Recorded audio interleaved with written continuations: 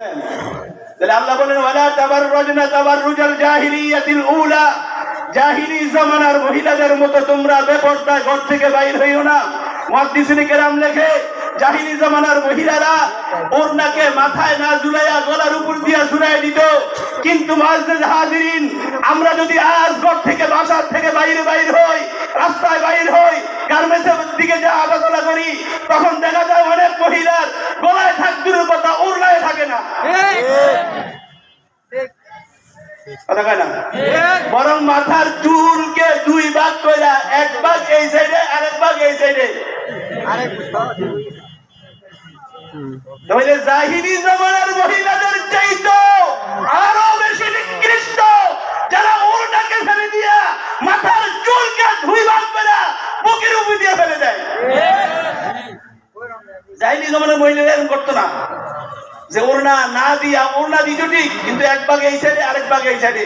বর্তমান জামানার মহিলারা ওড়না ফেলে দিয়া মাথার চুল দুই ভাগ করে কেউ দিক দিয়া কেউ দিক দিয়া, কথা কয় না। মুআজ্জিজ হাজিরিন, রাসূল আরবি সাল্লাল্লাহু আলাইহি ওয়াসাল্লাম আসার আগে ওই জাহিলি জামানার মহিলারা জিন্সের প্যান্ট পরতো না, কথা কয় না। কেউ জিন্সের প্যান্ট পরে না, কেউ জিন্সের প্যান্ট পরে না, টাইট ফিট গেঞ্জি গায়ে দিয়া নিজের শরীরের অঙ্গ প্রত্যঙ্গকে অন্যের সামনে আত্মপ্রকাশ করাইয়া কেউ ঘর থেকে বাইর হইতো না। কিন্তু বর্তমান জামানার কিছু কিছু মহিলা ওই পশ্চিমা সংস্কৃতিকে গ্রহণ করতে যায়, টাইট প্যান্ট, জিন্সের প্যান্ট আর গায়ে গেঞ্জি, শরীরে কোনো পোশাক নাই। এটা কোন কিতাবের আয়াত বললাম? কোরআনে কারীমের আয়াত। ওয়াকারনা ফি বুয়ুতিকুন্না ওয়ালা তাবাররাজনা তাবাররুজাল জাহিলিয়াতিল উলা, এ মহিলারা তোমরা জাহিলি যুগের মহিলাদের মতো ঘর থেকে বের হইও না।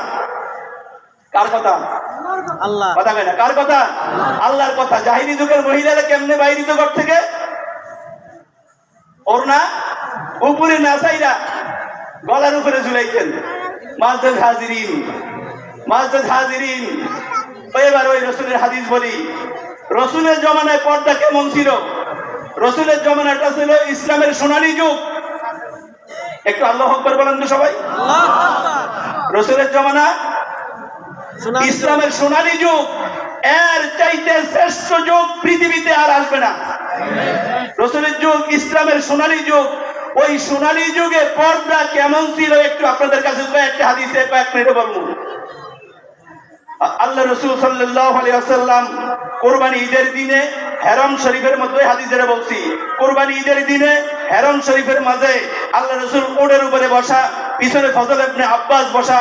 আল্লাহ রাসূল সাল্লাল্লাহু আলাইহি ওয়াসাল্লাম ফজল ইবনে আব্বাসের দাড়ি ধইরা ঘাড় এভাবে মটকায় দিলেন, ঘাড় ঘুরিয়ে দিলেন। হযরত আব্বাস ধরে আসলো।